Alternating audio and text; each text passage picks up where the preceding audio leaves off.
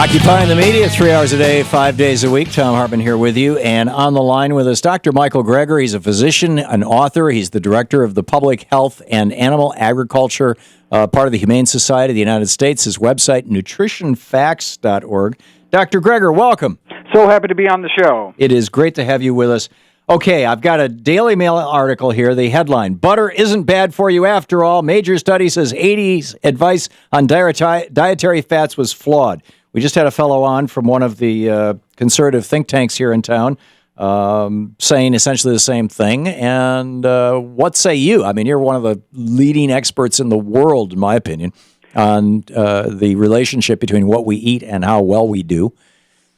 Well, look, there are climate change deniers, vaccine efficacy deniers, evolution deniers, but just because some petroleum-funded scientists questions the scientific consensus about global warming, or a Cattlemen's Association-funded scientist questions saturated fat guidelines from the American Heart Association and Institute of Medicine, doesn't mean there shouldn't be this kind of false equivalency of arguments in the media, and so people end up just not recognizing how out of bounds these notions are from the balance of scientific evidence. So are you saying that this study is full of beans? No pun intended. I wish it was full of beans. Unfortunately, it's full of bacon and butter. Right. Seriously, though, what's wrong with this study that is being touted? I mean, it's on all the morning shows. It's everywhere in America right now. So this study came out and said that there were no double-blind or any randomized controlled trials showing that Americans should reduce their saturated fat intake before such recommendations came out in the late 70s, early 80s. When you think about it, there's never been a randomized controlled study ever showing that stopping smoking prevents lung cancer. And the reason is, think about that. If you take 1,000 people, you say 1,000 smokers, half you say you have to quit smoking, half say you have to keep smoking for 20 years. And why is that a problem? Is because it's very difficult to stop smoking, so the half you tell to stop smoking probably won't. And it's even perhaps unethical to keep the people smoking for 20 years to see if you can see differences in lung cancer rates. And the same thing with low-fat studies. These studies that were done that randomized people into low-fat or regular fat, the people who were told to go on low-fat never did go on low-fat.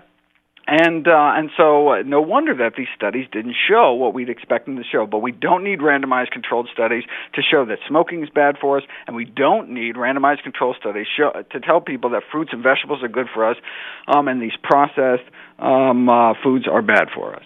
So what in your opinion, what should our diets be?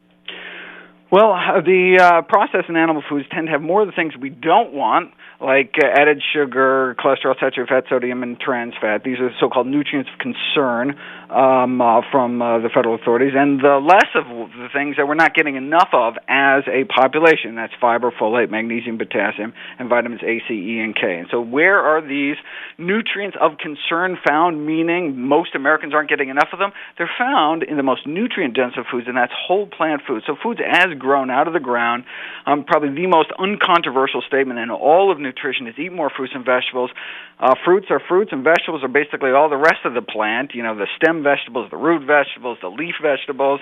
And so we need to eat more plants in general and get less of the processed junk, animal, and saturated fat animal foods out of our diet. Well, what do you say to somebody who says, we evolved as hunter-gatherers, we used to eat animals, we used to hunt animals, our bodies are optimized for that, our teeth don't look like a cow's teeth, cows are herbivores, therefore eating a vegetarian or a vegan diet, particularly a vegan diet, no animal products whatsoever, is inconsistent with our physiology? With our physiology for the last 2 million years, people don't understand human evolution. We first broke with our primate ancestors 25 million years ago in the Miocene epoch, and the Paleo epoch is just the last 2 million years. And so for the first 90% of our evolution, the first 23 out of the last 25 million years, we ate what the rest of the fellow great apes eat, which is almost an exclusive diet of plant foods, centering mostly around fruits and leaves, dark green leafy vegetables. And so that's where our physiology comes from. So we are salt-conserving machines. We are cholesterol-conserving machines because we are so used to get so little on our diet. And just in the last 10% of our evolution did we start adding more of these animal foods to our diet. So really we were meant to eat these high-fiber, high-plant diets, and what's been happening recently is really the aberration, not the norm. Is that aberration why we have so much hydrochloric acid in our stomach compared to some of the great apes? Well, I mean, hydrochloric acid really has very little to do with digestion, mostly to do with food safety. Hydrochloric acid helps us kill the bugs that kind of go into our system. The ruminant animals, like the cows, they have a different digestive system. They actually are able to break down cellulose using these good bugs in these extra stomachs. It's kind of a fermentation process, rather. Right, and so we are actually what are called hind gut fermenters. We don't ferment in the stomach. We ferment in the hind gut, down in the colon, and we're able to break down fiber. People think of fiber as just kind of this kind of roto-rooter type sweeping machine, but no, fiber is actually eaten by the good bacteria in our gut, break it up into these short-chain fatty acids like butyrate, propionate, have all sorts of wonderful anti-obesity effects and beneficial anti-colon cancer effects. And so, fiber is a vital nutrient, yet 97% of Americans don't even make the recommended daily minimum of fiber intake. Right, and eating the fiber supplements that are basically ground up wood, the cellulose supplements, is that a good idea? So